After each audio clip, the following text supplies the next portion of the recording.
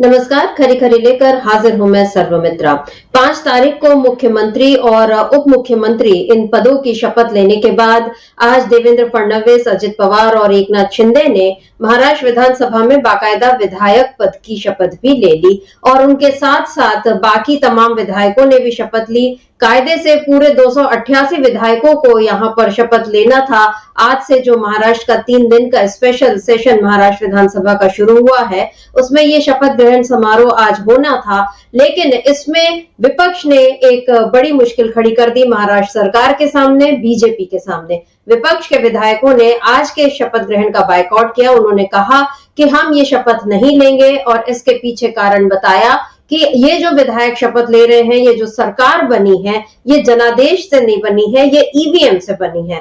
तो यहाँ पर एक बार फिर चुनाव आयोग पर उंगलियां उठी, फिर से ईवीएम का सवाल उठा और ये सवाल आज एक बार फिर इसलिए उठा क्योंकि अभी मरकरवाड़ी जो मालशिरस विधानसभा क्षेत्र है, वहां का जो मरकरवाड़ी गांव आप जानते हैं, वहां पर जब इन लोगों ने 3 दिसंबर को वहां के ग्रामीणों ने ये फैसला लिया था कि हम बैलेट पेपर से अपने खर्चे पर चुनाव कराएंगे और देखेंगे कि इस गांव से आखिर महायुति को 80% वोट मिले तो कैसे मिले, क्योंकि यहाँ पर जीते हैं एनसीपी विधायक उत्तम जानकर और यहाँ पर उन्हीं को ही वोट मिलने थे, क्योंकि गांव वालों का ये कहना है कि हमने तो महाविकास आघाड़ी एनसीपी कैंडिडेट को वोट दिए, लेकिन जीती हुई यहाँ पर महायुति को ज्यादा वोट मिले हैं। ये ईवीएम की गिनती में सामने आया है और अपने इस शक को दूर करने के लिए मरकरवाड़ी गांव के लोगों ने जब ये फैसला लिया कि वो बैलेट पेपर से चुनाव कराएंगे, तो न केवल उनको ऐसा करने से रोका गया, प्रशासन ने यहाँ पर अनुमति नहीं दी। 5 तारीख तक वहां पर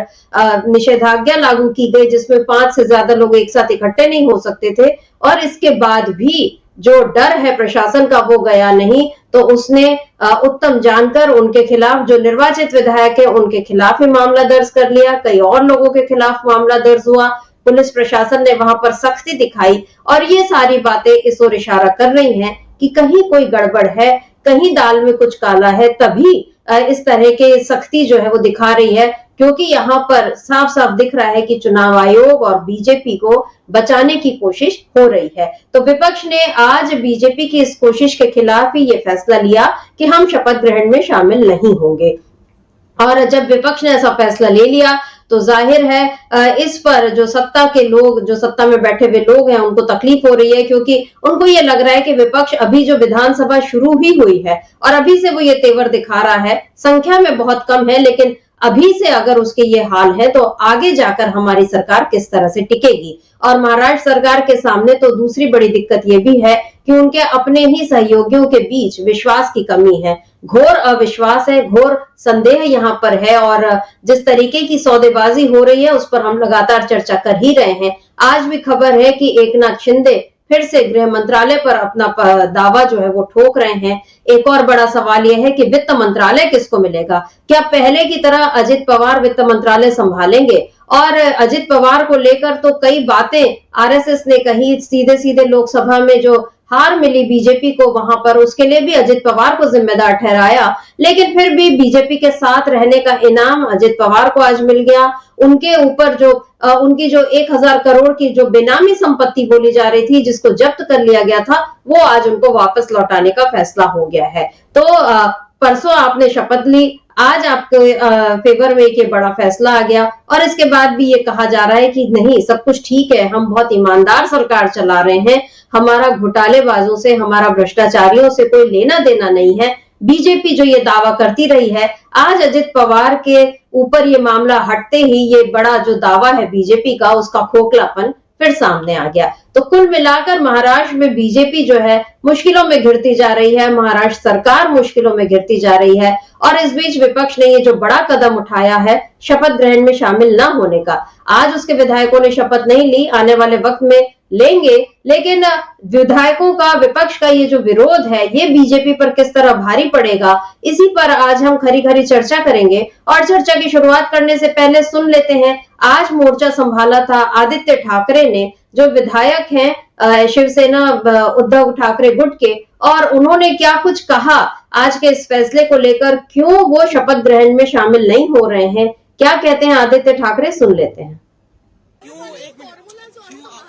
क्यों आप लोगों ने विरोध बहिष्कार हमने आज बहिष्कार किया है। इसी का एक ही कारण है, अगर आप देखें तो मार्केटवाड़ी में डेमोक्रेसी को मारा जा रहा है। ये डेमोक्रेसी को ईवीएम के हिसाब से, ईवीएम के माध्यम से हो या फिर जो भी रिगिंग कर रहे हैं उसके माध्यम से मॉकरी कर रहे हैं डेमोक्रेसी। और यही जो मैंडेट है, ये मैंडेट ना जनता का है ना महाराष्ट्र का है, ये मैंडेट ईवीएम का है और ये मैंडेट इलेक्शन कमीशन का है। हम यही बात करना चाहते हैं। आज जो शपथ नहीं लिए इसी के लिए नहीं लिए क्योंकि आज जनता का आदर करना चाहते हैं। जनता के जो मन में शंका उपस्थित है उसे उत्तर देना चाहिए। शिक्षण संदर्भात प्रश्न।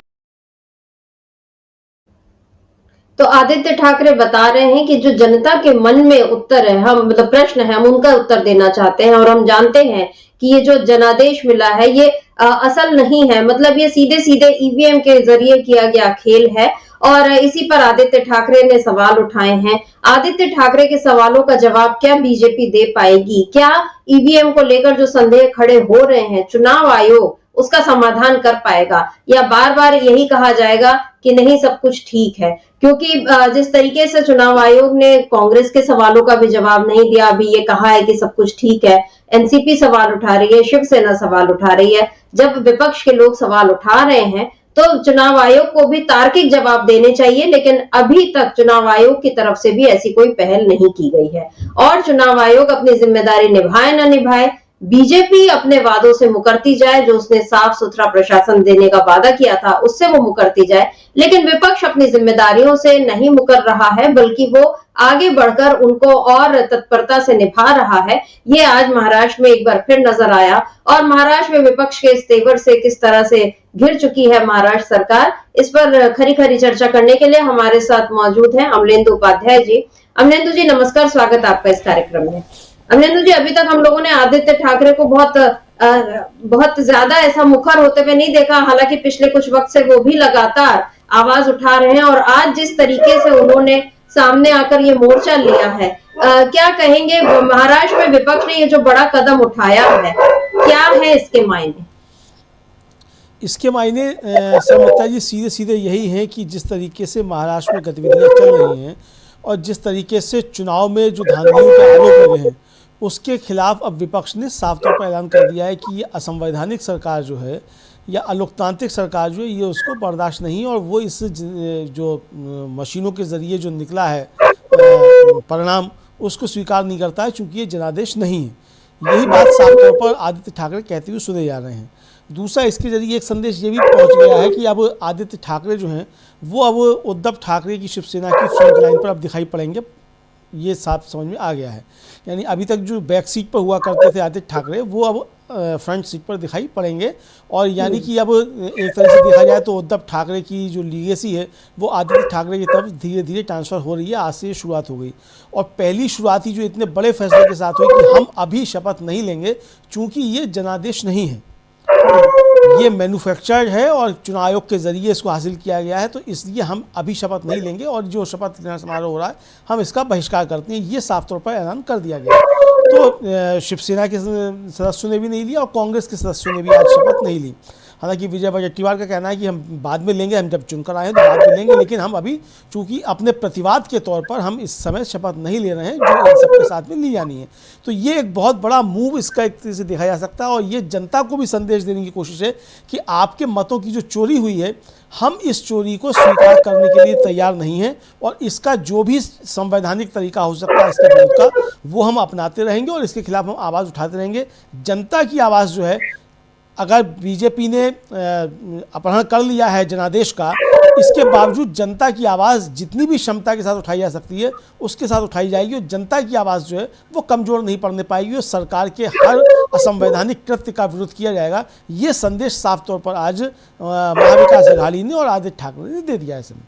जी बिल्कुल, आदित्य ठाकरे सामने आकर मोर्चा संभालते हुए, और जब भी ऐसा कभी होता है कि युवा नेतृत्व आकर मोर्चा संभालता है तो जाहिर है फिर परेशानियां और बढ़ती हैं, क्योंकि अभी हम ये देख रहे हैं कि महाराष्ट्र में भी आने वाले वक्त में भी बीएमसी के चुनाव होने हैं और इससे पहले जो मुंबई यूनिवर्सिटी का चुनाव हुआ था और उसमें जिस तरीके से शिवसेना को उसने पूरा सुपड़ा साफ कर दिया था, पूरी सीटें उसी को मिली थी, तो ये भी एक बड़ा मैसेज था कि जो महाराष्ट्र का युवा है वो इस समय शिवसेना और आदित्य ठाकरे के साथ खड़ा हुआ दिखाई दे रहा है। तो आने वाले वक्त में ये युवा क्या बदलाव लाएगा महाराष्ट्र में, ये देखना होगा। विजय वडेट्टीवार ने आज इस पर क्या कहा ये सुनेंगे, लेकिन इससे पहले अजित पवार ने आज आदित्य ठाकरे के ये जो बयान था उनका कि ये जनादेश नहीं है, इस पर अजित पवार क्या कहते हैं उसको सुन लेते हैं।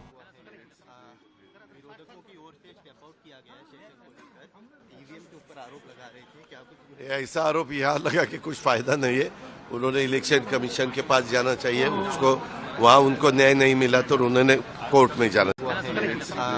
विरोधकों की ओर से स्टेप आउट किया गया है सेशन को लेकर, ईवीएम के ऊपर आरोप लगा रहे थे, क्या कुछ ऐसा आरोप यहाँ लगा कि कुछ फायदा नहीं है, उन्होंने इलेक्शन कमीशन के पास जाना चाहिए, उसको वहाँ उनको न्याय नहीं मिला तो उन्होंने कोर्ट में जाना चाहिए। इलेक्शन कमीशन के ऊपर तो उन्होंने अजित पवार ने कह दिया कि आपको यहाँ न्याय न मिले पहले आप चुनाव आयोग जाइए और वहां भी न मिले तो आप चले जाइए कोर्ट। अब ये देखना होगा कि कोर्ट में कौन जाता है कौन नहीं जाता है, और इससे पहले चुनाव आयोग क्या इन सब का समाधान कर पाता है या नहीं कर पाता। लेकिन अब ये देखने वाली बात है कि आज जब ये हो गया कि 3 दिन का यहाँ पर विधानसभा का स्पेशल सेशन लग रहा है और अब आने वाले वक्त में फडणवीस सरकार के लिए चुनौतियां और बढ़ चुकी हैं, क्योंकि अब ये देखा जा रहा है कि जिस तरीके से विपक्ष ने यहाँ पर विरोध किया, ईवीएम का मामला उठा, मरकरवाड़ी गांव के लोगों ने जो जिस तरीके से वो किया था उस पर बार बार चुनाव आयोग पर ही उंगलियां उठ रही हैं। इस बीच कल हमने चर्चा की थी कि महाराष्ट्र के 2 और गांवों में भी इस तरह से ईवीएम पर सवाल उठे और उन लोगों ने बैलेट पेपर से चुनाव कराने का फैसला किया है। लेकिन अब अमलेंदु जी असली सवाल फिर से आता है कि महाराष्ट्र सरकार किस तरह से अब आगे बढ़ेगी, कैसे विपक्ष के विधायकों को, क्योंकि ठीक है बहुत बड़ा मैंडेट है उसके पास और वो सारे फैसले खुद से ले लेगी, लेकिन विपक्ष अगर उसमें व्यवधान खड़ा करेगा, सवाल खड़ा करेगा तो इन सवालों से बचना भी आसान नहीं होगा। और सबसे बड़ी बात यह है कि अब जो पोर्टफोलियो का जो विभागों का बंटवारा है जिसके बारे में कहा जा रहा है कि 9 दिसंबर को तो राज्यपाल का अभिभाषण होगा और जो देवेंद्र फडणवीस ने कहा था कि शीतकालीन सत्र लगने से पहले ही हम शपथ ग्रहण जो विभागों का बंटवारा है वो करेंगे, और जो शीतकालीन सत्र है वो 16 दिसंबर से 21 दिसंबर तक चलने वाला है।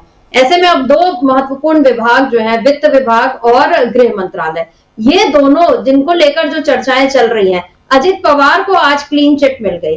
अजित पवार को जो क्लीन चिट मिली है उस पर भी अब सवाल उठ रहे हैं। क्लीन चिट ना कहें लेकिन जो 1000 करोड़ की जो बेनामी संपत्ति जिसको कहा जा रहा था वो वापस मिल गई है। और ये हम अब बता दें दर्शकों को कि बेनामी ट्रिब्यूनल कोर्ट ने अक्टूबर 2021 में जो अजित पवार की सीज की गई थी संपत्तियां, उनको आज मतलब करीब 3 साल लगे ये साबित करने में कि इन पर कोई गलत वो नहीं है और ये जो संपत्तियां ये ठीक है, और अजित पवार, उनकी पत्नी, बेटे और भी रिश्तेदार, उन लोगों की ये संपत्तियां थी जिसको आज मुक्त कर दिया गया। ये जो काम था जो 3 सालों से अटका हुआ था, ऐसा क्या हुआ कि एक दिन लगा, मतलब परसों शपथ ग्रहण होता है अजित पवार का और आज हो जाते हैं। कांग्रेस ने इस पर एक ट्वीट भी किया है, फिर से वॉशिंग मशीन का मामला उठा है। देखिए देख लेते हैं, ट्वीट किया है कि बीजेपी की वॉशिंग मशीन, सारे दाग साफ, काले कारनामे माफ। ये जो है अजित पवार जो है बीजेपी की वॉशिंग मशीन में खड़े हुए दिखाई दे रहे हैं, हाथ जोड़ रहे हैं और प्रधानमंत्री भी हाथ जोड़ रहे हैं।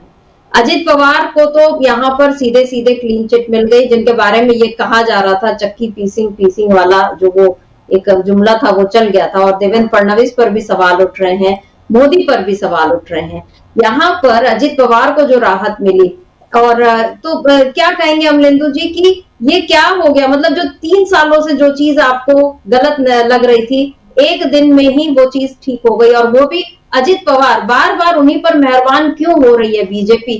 क्या इसलिए कि सत्ता में आने के लिए जो राह बनाई उसमें अजित पवार की अहम भूमिका रही है, या अजित पवार पर अब उसको भरोसा होता जा रहा है, या ऐसा कुछ होता है कि जो हमारे साथ आ जाता है उस पर कोई दाग नहीं रह जाते? हालांकि अजित पवार ये कह रहे हैं कि मैं अभी भी बीजेपी के साथ नहीं हूं। अजित पवार का एक बयान आया है, सुनते हैं वो बयान को, फिर आपसे जवाब चाहते हैं। भाजपा की वॉशिंग मशीन कही जाती है, संजय राउत बोल रहे हैं कि यही तो भाजपा की खासियत है कि भाजपा के साथ जाने के साथ क्लीन होते हैं। मैं भाजपा के साथ कब गया हूँ बोलना, 1.5 साल हो गया, तो 1.5 साल क्या हुआ? कुछ भी, अगर उन्होंने जो भी एलिगेशन किया वो सच्ची, उसमें सच मानना पड़ेगा, ऐसा नहीं है। हर एक को अपील करने का अधिकार है और उन्होंने डिसीजन दिया है। पर ये आपको जानबूझकर बदनाम करने का फिर षड्यंत्र लग रहा है? मुझे उसके बारे में कुछ नहीं बात कर दी है। Thank you very much. ये जो कहा है अजित पवार ने, अमलेंदु जी क्या कहेंगे? वो अभी भी बोल रहे हैं कि मैं तो बीजेपी के साथ नहीं हूँ, है या नहीं है? या अगर नहीं है तो फिर बीजेपी ने क्या उनमें ऐसा देख लिया कि एकदम से उनकी सारी संपत्तियां जो वापस भी कर दी? 3 साल से तो ऐसा कुछ नहीं हो रहा था। क्या लगता है आपको इस सारे खेल के पीछे में क्या गुणा भाग चल रहा है? देखिए, सारे के पीछे गुणा भाग यही था कि ठीक है आपको केसेस से बरी करवा देते हैं, लेकिन संपत्ति तब तक सीज रहेगी जब तक कि चुनाव परिणाम नहीं आ जाएंगे।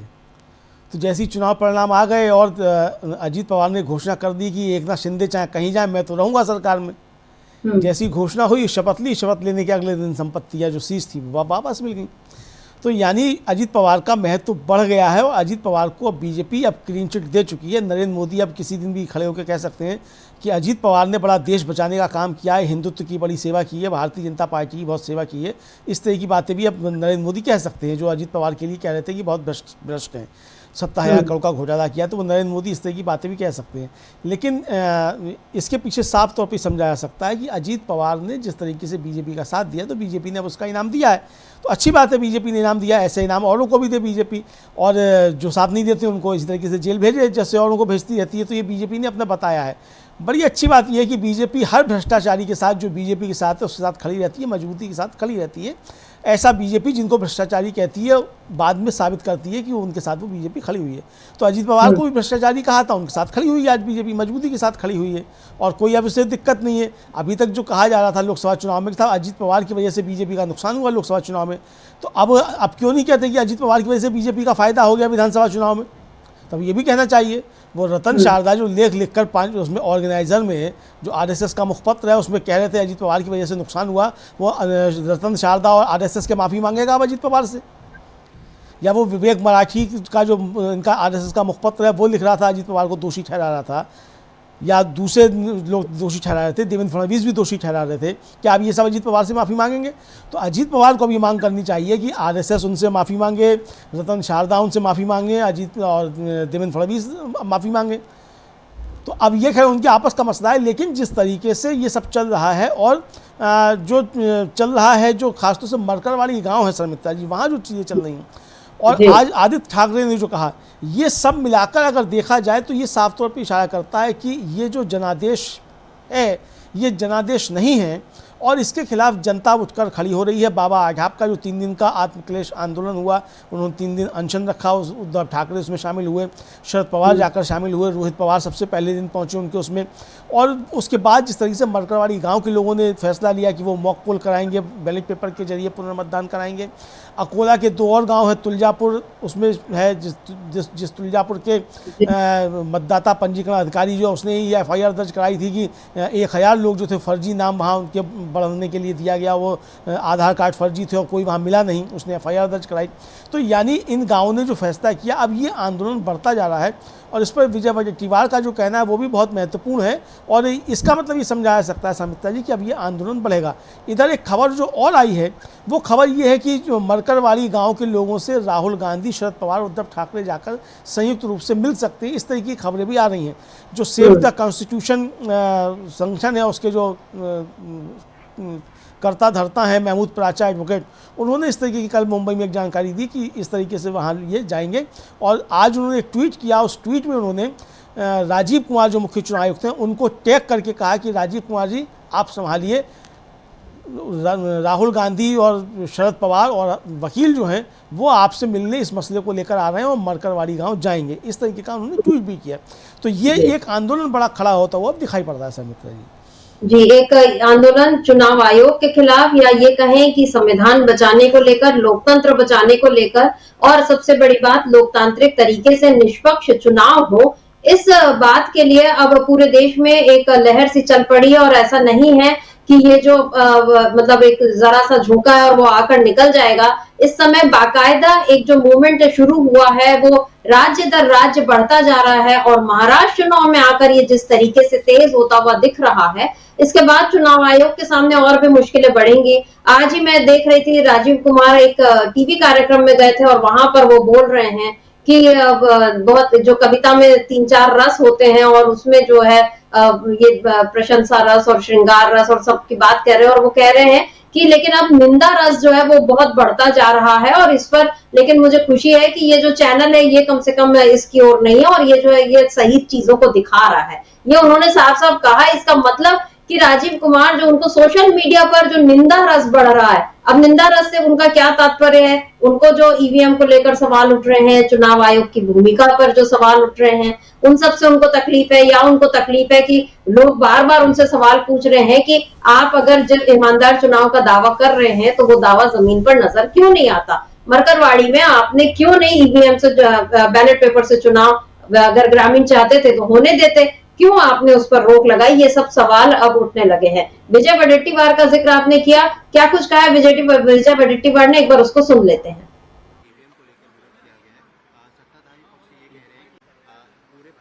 जो निर्णय लिया है, जो सुधार किया है, अगर हम लोग वहाँ पे ईवीएम चेक करने की बात करते हैं, वीवीपैट चेक करने की बात करते हैं, तो वो कहता है नहीं, ईवीएम में मापतोल करो, हम लोग वीवीपैट 100% चेक नहीं करेंगे, मशीन क्या है ये देखो। इससे क्या पता चलता है? ये देखिए वो झूठ का सब सहारा है। हमें ये जो चुनाव हुआ है वो चुनाव पारदर्शी हुआ है, इसे हम समझते नहीं है। सवाल आज का यही है कि ईवीएम में गड़बड़ी नहीं है तो मार्केटवाला में डर क्या है? होने दो ना, पूरा गांव चिल्ला रहा है ना कि हमने वोट नहीं डाले महायुति को, तो एक बार दूध का दूध पानी का पानी होने दो, तुम्हारी सच्चाई सामने आएगी। अगर उतने वोट 80% वोट अगर महायुति को मिले उस गांव में, और पूरा गांव ये चिल्ला रहा है कि हमने वोट दिया ही नहीं, और जहां पे चुनाव हारा हुआ एमएलए हारा हुआ कैंडिडेट्स ये नहीं मांग रहा है, जीता हुआ कैंडिडेट्स मांग रहा है, इसका मतलब क्या है? आप क्या समझोगे?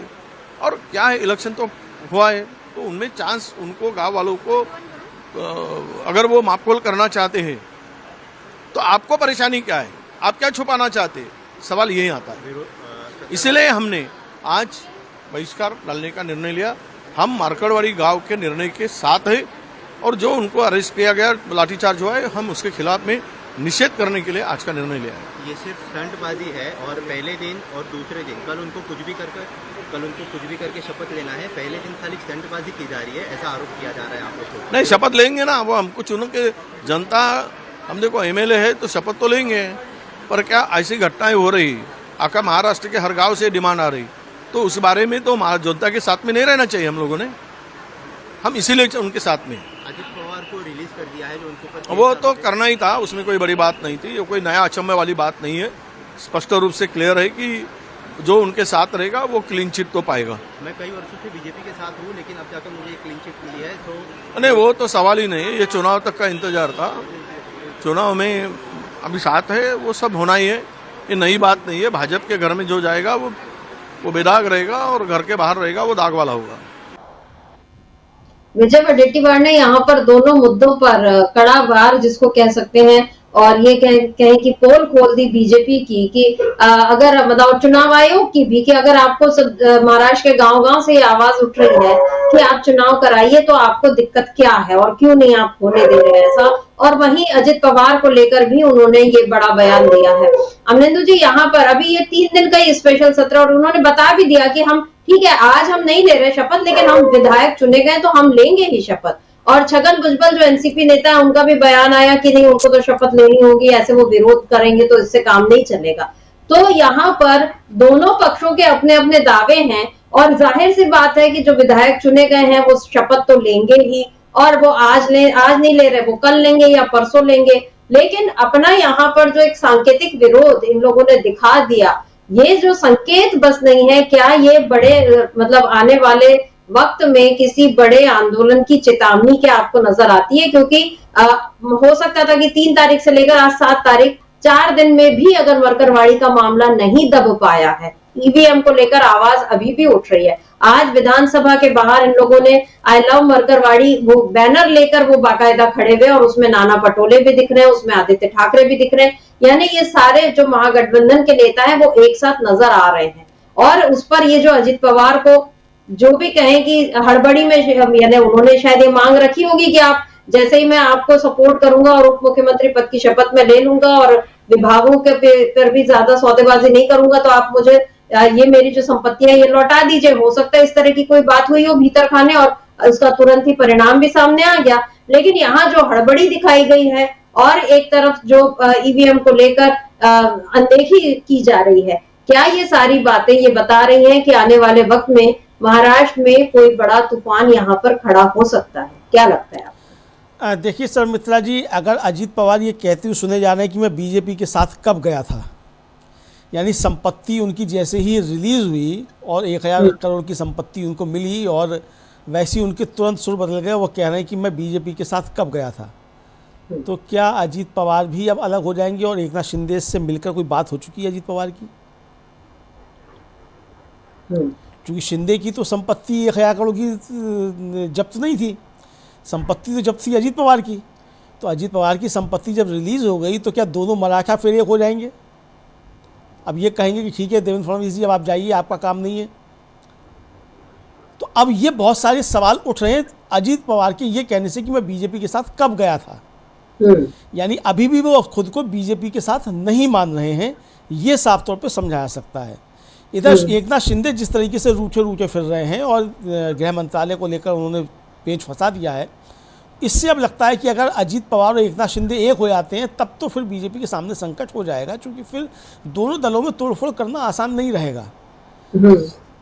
और महाविकास अघाड़ी जो है वो अगर इस पे आ जाता है कि ठीक है इनको बुला लिया जाए, अपने यहाँ शामिल कर लिया जाए और इनके गुनाह जो है पुराने वो माफ़ किए जाएं, तो इसके बाद फिर बीजेपी के लिए दिक्कतें शुरू हो सकती है। दूसरा, बीजेपी जो गलती कर बैठी है वो गलती इसलिए कर बैठी है कि आप जो लड़े तो थे, जो एकनाथ शिंदे को सामने रखकर, चेहरा सामने रखकर, आप देवेंद्र फडणवीस का चेहरा सामने रखकर नहीं लड़े थे। बार बार कहा गया कि हमारे फेस तो सीएम का फेस जो है वो एकनाथ शिंदे हैं, और बना दिया आपने मुख्यमंत्री देवेंद्र फडणवीस को। तो देवेंद्र फडणवीस बीजेपी के लिए प्रिय हो सकते हैं, आरएसएस के लिए प्रिय हो सकते हैं, क्या जनता के भी प्रिय हैं?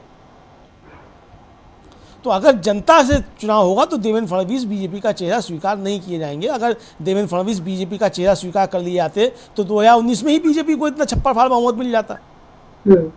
तो आज बहुत से सवाल खड़े हो गए। तो ये साफ तौर पे देखा जा सकता है कि इस सरकार में, यानी जो सरकार बनी है महायुति की देवेंद्र फडणवीस के नेतृत्व में, इसके लिए दिक्कतें बढ़ने वाली हैं। और अगर एकनाथ शिंदे और पवार के बीच में कोई खिचड़ी, अजीत पवार के बीच में कोई खिचड़ी पक रही है, तो एक खिचड़ी जो है ये हाजमा खराब कर सकती है देवेंद्र फडणवीस की सरकार का। तो अब देखना ये है कि ये जो खिचड़ी पक रही है अजीत पवार और एकनाथ शिंदे के बीच में, ये किस हद तक पकती है और इसमें क्या क्या जो है समीकरण तैयार होते हैं, ये आने वाले समय में देखा जाएगा। जी, फिलहाल तो देवेंद्र फडणवीस सरकार के लिए ऐसा लग रहा है कि वो प्रथम ग्रासे मक्षिका पात्र, मतलब जो वो पहले ही कौर में जो है मक्खी गिर गई है, या मतलब उनको शुरुआत से ही जो है अड़चने जो है वो नजर आने लगी हैं, और दिख रहा है कि इस महाराष्ट्र सरकार का भविष्य अभी कितना अंधकार में है या कितना डामाडोल ये सरकार रहने वाली है। क्योंकि एक तरफ अजित पवार कह रहे हैं कि मैं बीजेपी के साथ कब गया, और आश्चर्य की बात यह है कि ये बात उन्होंने जब तक चुनाव चलते रहे उन पर कई तरह के उन पर आरोप भी लगे, उनकी निष्ठा पर सवाल उठाए गए, और जब अजित पवार ने ये बयान भी दे दिया था, और अपने बयान से पलटने के वो माहिर है, उन्होंने, सब लोगों ने ये सुना था कि उन्होंने साफ साफ कहा कि जब ये सत्ता बदलने वाली ये जो बैठक हुई थी उसमें पवार साहब, मैं भी मौजूद था, पवार साहब भी थे, अदानी भी थे, उन्होंने साफ साफ बोला था। बाद में उन्होंने अपनी बात से वो मुकर गए कि नहीं मैंने कहा ही नहीं, अदानी तो थे ही नहीं। ये सारी बातें तो वो दिख रहा है, और सोशल मीडिया का जमाना है, रिकॉर्ड हर चीज हो जाती है, और वो सारी बातें दर्ज हैं, मतलब आधिकारिक रूप से दर्ज हो चुकी हैं। उसके बाद अजित पवार जो है वो कह रहे हैं, तो वो उनकी बातों का अब कोई भरोसा जो है वो रह नहीं रहा है। और इसीलिए जब उन पर भ्रष्टाचार के आरोप लगे तब प्रधान, और ये मतलब अजित पवार क्या इस मामले में अमरेंद्र जी ऐसा लग रहा है कि मोदी जी से होल्ड लेते हुए नजर आ रहे हैं। मोदी जी भी यही करते हैं, वो कभी बोलते हैं कि मैं अजित पवार को, उन्होंने साफ साफ उनका नाम लेकर उनको इतना बड़ा भ्रष्टाचारी बताया था, अब उन्हीं को वो आराम से, हमने देखा है जो कांग्रेस का ट्वीट है वो गलत नहीं है, और जिस तरीके से एक मंच पर ये दोनों आराम से सौहार्दपूर्ण वातावरण में मिलते हुए दिखाई भी देते हैं, यहाँ भी वही हो रहा है कि मोदी भी यही कर रहे हैं कि कभी वो जिसको भ्रष्टाचारी बोलते हैं और उसी को अपने साथ मिला लेने में उनको कोई तकलीफ नहीं होती। हालांकि अजित पवार बोल रहे हैं मैं बीजेपी के साथ नहीं गया। एकनाथ शिंदे के साथ आपने बात कही खिचड़ी पक रही है, क्या खिचड़ी पक सकती, क्योंकि इधर भरत गोगावले जो हैं, एकनाथ शिंदे गुट के विधायक हैं, उन्होंने आज फिर ये बयान दिया कि एकनाथ शिंदे ने भाजपा से महत्वपूर्ण गृह विभाग की मांग की है। और ये जो दोनों डिपार्टमेंट से मतलब होम डिपार्टमेंट गृह विभाग की बात करें चाहे वित्त विभाग होता है अजित पवार के पास अब तक, लेकिन अब बीजेपी क्या ये रिस्क उठाएगी कि वो ये दोनों इंपॉर्टेंट पोर्टफोलियोज जो हैं वो अपने ही दो जो कहें फ्रेनेमी जिसको हम कहते हैं कि वो फ्रेंड्स भी हैं वो एनिमी भी है, समझ में नहीं आ रहा वो है क्या। अजित पवार की बात करें चाहे एकनाथ शिंदे की बात करें, दिख रहे हैं साथ में, लेकिन कब वो लोग पलट जाएं इसका भी कोई भरोसा नहीं है। तो क्या बीजेपी अपने इन दोस्त दुश्मनों पर भरोसा करके उनको गृह विभाग वित्त विभाग देगी या अपने पास रखेगी? और अगर अपने पास रखेगी तो फिर ये दोनों महानुभाव किस लिए महायुति का हिस्सा बनेंगे जब उनको कुछ मिलेगा ही नहीं, क्योंकि जो क्लीन चिट जो संपत्ति वापस मिल गई इनको भी, जो एकनाथ शिंदे का भी जो भी मामला रहा होगा वो फिलहाल क्लियर लगता है। ऐसे में ये दोनों क्यों बने रहेंगे महायुति में? देखिए शर्मित्रा जी, अब महायुति में जो अजित पवार के बनने का कारण था वो ये 1000 करोड़ रुपए की संपत्ति थी, ये अब समझ में आ रहा है। और जैसी वो संपत्ति रिलीज हुई वैसे उन्होंने कह दिया कि भाई मैं बीजेपी के साथ कब गया था। तो अब यानी जो शंकाएं व्यक्त की जा रही थी उन शंकाओं को अब और बल मिलता हुआ नज़र आ रहा है। अजित पवार भी ये अच्छे तरीके से समझ रहे हैं कि एकनाथ शिंदे और अजित पवार अगर इन दोनों में कोई संघर्ष होता है तब तो बीजेपी बंदरबाट कर सकती है, लेकिन अगर ये दोनों एक हो जाते हैं दोनों मराठा तो बीजेपी फिर संकट में फंस सकती है। तो अजित पवार देखिए, चूँकि भतीजे किसके हैं शरद पवार के, और शरद पवार ने कभी इस तरीके के समझौते तो नहीं किए जैसे अजित पवार कर रहे हैं, लेकिन शरद पवार के बारे में भी यही कहा जाता रहा है कि वो गुगली बहुत फेंकते हैं। तो अब अजित पवार ने जो सीखा है शरद पवार से, क्या वो बीजेपी के साथ कोई गुगली फेंक रहे हैं? अब ये आने वाला समय बताएगा कि अजित पवार किसके साथ गुगली फेंक रहे हैं, जनता के साथ गुगली फेंक रहे हैं कि बीजेपी के साथ फेंक रहे हैं कि एकनाथ शिंदे के साथ फेंक रहे हैं। लेकिन एक चीज़ तो साफ में समझ में आ रही है कि अगर अजित पवार को वित्त विभाग नहीं मिलता है और एकनाथ शिंदे को गृह मंत्रालय नहीं मिलता है तो देवेंद्र फडणवीस का मुख्यमंत्री बने रहना आसान नहीं होगा, ये साफ तौर पर समझ में आता है। हालांकि गवर्नर उनका है, शपथ मुख्यमंत्री के तौर पे ले चुके हैं, बहुत सारी चीज़ें होती हैं और विधानसभा अध्यक्ष भी उनका चुनकर आ जाएगा तो फिर उसके बाद फिर बहुत सारी चीज़ें होंगी, लेकिन फिर भी संकट तो पैदा हो ही जाएगा देवेंद्र फडणवीस के लिए, ये तो साफ तौर पे समझ में आता है। तो मुश्किलें इस सरकार की जो है वो सरकार बनने के साथ ही शुरू हो गई हैं, जबकि छप्पर फाड़ बहुमत जो है महायुति को मिला है। इतना छप्पर फाड़ बहुमत के बाद भी अगर 10 दिन तक जो है मुख्यमंत्री का चेहरा तय ना हो पाए, मंत्रिमंडल तय करने के लिए 10 दिन का समय बताया जाए कि 16 दिसंबर से पहले जो है साहब वो सत्र शुरू होगा उससे पहले मंत्रिमंडल बन जाएगा, ऐसी बातें अगर सामने आने लगें, उप मुख्यमंत्री जो है वो आखिरी समय तक ये तय ही ना हो कि एकनाथ शिंदे उप मुख्यमंत्री पद की शपथ लेंगे भी कि नहीं लेंगे, आखिरी समय तक अगर ये तय ना हो पाए तो इस साफ तौर पर समझा जा सकता है कि मुहूर्त जो है इस सरकार का वो अच्छा नहीं निकला है। तो मोदी जी तो मुहूर्त के मामले में बहुत ज़्यादा ध्यान रखते हैं, बताया जाता है कि राम मंदिर का मुहूर्त भी निकलवाया जाता है तो ऐसा निकलवाया जाता है कि मोदी जी को फ़ायदा हो, इस तरह की चर्चाएं सब चलती रहती हैं। तो क्या देवेंद्र फडणवीस की सरकार का मुहूर्त को सोच समझ के नहीं निकलवाया गया, उस पंडित से नहीं निकलवाया गया जिसने मोदी जी के लिए मुहूर्त निकाले थे? ये बहुत सारे सवाल जो उठ खड़े हो रहे हैं। तो अब देखना यह है कि ये सरकार कितने दिन तक चलती है, किस तरीके से चलती है। क्या एकनाथ शिंदे और अजित पवार जो है पूरे समय तक इस सरकार के साथ रहते हैं, या कोई विद्रोह की स्थिति पैदा होती है, या बीजेपी इन दलों को तोड़ देती है? बहुत सारे सवाल जो हैं अभी से उठना शुरू हो गए, आने वाला समय बताएगा। समझते जी, देवेंद्र फडणवीस सरकार के सामने अभी सवाल ही सवाल हैं, जवाब एक भी नहीं है। और जो सवाल विपक्ष उठा रहा है उनके जवाब तो खैर टालना जो है बीजेपी के लिए आसान है, लेकिन जो सवाल उसके अपने भीतर से उठ रहे हैं, जो सहयोगी दलों की तरफ से उठाए जा रहे हैं, और जो इस तरह से अभी विभागों का बंटवारा होना बाकी है, तो इस समय ऐसा लग रहा है कि महाराष्ट्र में काफी उठापटक अभी आने वाले वक्त में हम देखेंगे। लेकिन इस बीच आज ये जो अजित पवार को लेकर जो फैसला हुआ, इसमें हम बता दें कि जो 2021 में 3 साल पहले अजित पवार, उनकी पत्नी सुनेत्रा पवार और उनके जो बेटे पार्थ पवार, इनकी संपत्तियों को आयकर विभाग ने जब्त किया था और कई कंपनियों पर छापेमारी की थी और ऐसे दावा किया था कि ऐसे दस्तावेज बरामद हुए जो कथित तौर पर बेनामी पाए गए। और इसीलिए आयकर विभाग ने तब दावा किया था कि इनका संपत्तियों का स्वामित्व जो है वो कथित तौर पर अजित पवार और उनके परिवार से जुड़ा है। लेकिन आज जो है ये बेनामी ट्रिब्यूनल कोर्ट ने इन दावों को खारिज कर दिया और कहा कि इसके पक्ष में कोई पर्याप्त सबूत नहीं है।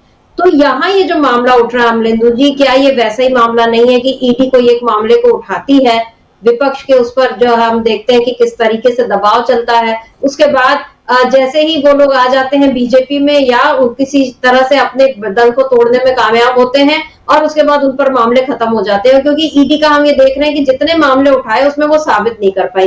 यही हाल अब आईटी का होता जा रहा है। ये जो संवैधानिक और जांच संस्थाएं हैं, इनका जो बेजा इस्तेमाल कर रही है मोदी सरकार, ये आखिर कब तक ये खेल चलता रहेगा और विपक्ष जो है इस पर अब और किस तरीके से इसको घेर सकता है? क्या अजित पवार वाला मामला या जांच संस्थाओं को लेकर जो खेल चल रहा है, क्या ये मामला दिल्ली में भी मोदी के लिए मुसीबत खड़ी करेगा?